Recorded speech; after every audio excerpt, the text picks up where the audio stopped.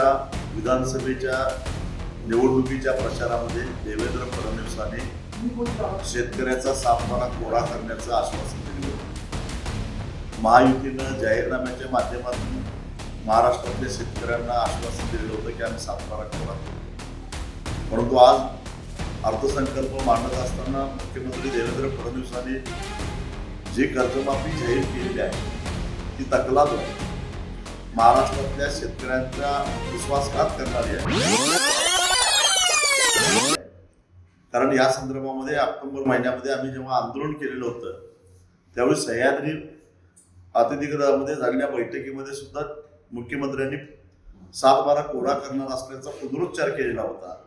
परंतु प्रत्यक्षामध्ये आज जी कर्जमाफी जाहीर केलेली आहे त्याच्यामध्ये काही अर्थ राहिलेला नाही आहे। एकतर राज्यातल्या बहुसंख्य शेतकऱ्यांचं कर्ज हे साधारणपणे 2.5 ते 3 लाखापेक्षा जास्त आहे आणि ते थकीत असल्यामुळे व्याजासकट ते आता 3.5 लाखाच्या पुढे गेलेलं आहे।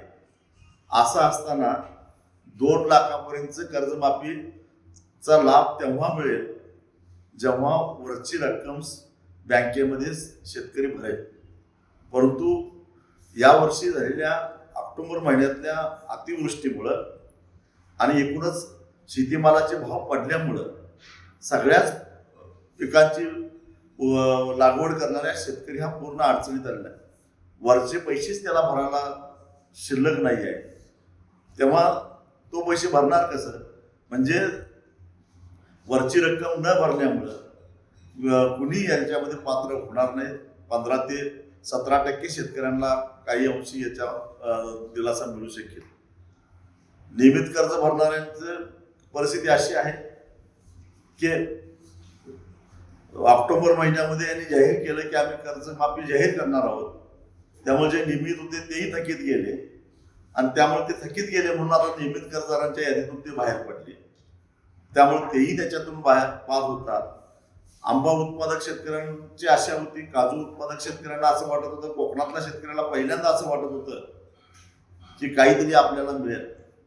परंतु यावर्षी अतिवृष्टीमुळे आणि त्याच्यानंतर पडलेल्या थंडीमुळे आंबा आणि काजूच्या बागा पूर्ण नेस्तनाबूत झालेल्या आहेत, त्या शेतकऱ्यांना याचा काहीच लाभ होताना दिसत नाही। नाशिकचा द्राक्ष उत्पादक शेतकरी असेल, कांदा उत्पादक शेतकरी असेल, डाळिंब उत्पादक शेतकरी असेल, यांनाही निसर्गाचा मोठा तडाखा बसला आणि ही सगळी भांडवली गुंतवणूक असणारी शेती आहे, त्याचाही यांना काही या कर्जमाफीचा फायदा होत नाही।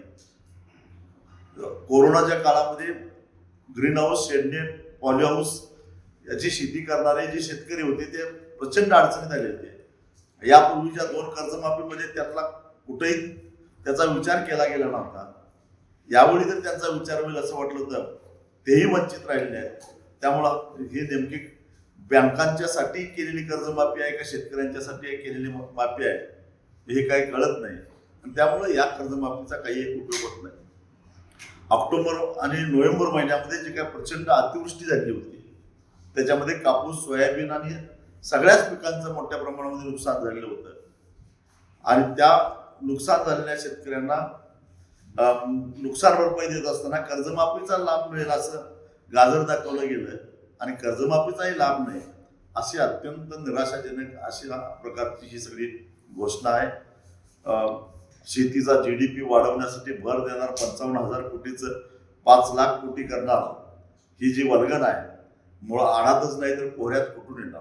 त्यासाठी भांडवली गुंतवणूक करावी लागते आणि ती करत असताना शेतकरी शेतीमध्ये भांडवली गुंतवणूक करण्यासाठी सक्षम असावा लागतो। ती सक्षमता शेतकऱ्यांच्या मध्ये नसेल तर ह्या केवळ वल्गण आहेत, कमी कल्पना आहेत, त्यातून काहीही साध्य होणार नाही।